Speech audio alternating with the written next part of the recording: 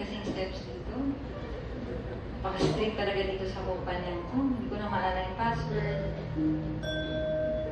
Tapos, maalala yung password. Parang, saan yung utak ko? Parang hindi na, intindihan yung utak ko. Parang, lalabas ko yung dila ko. Lalabas ko yung utak ko.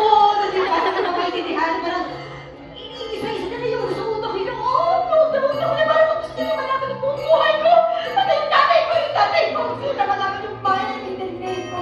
Yung pangalan ng pet ko. Yung nililinisan ng nanay ko nung may danin pa siya. Password ko, birthday ko lang para ganun tandaan. Password mo, birthday mo lang? Oo, boy, security breach yan. Ayaw kasi nakakalimutan. At least yung birthday ko. Yung birthday ko, hindi ko makakalimutan. Dahil hindi ko matanda yung kaya ako pinanganak. Alam ko nito yung araw na yun. Kasi every year ko siya sineselebrate.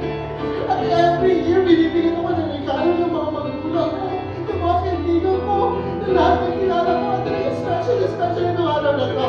At hindi ko siya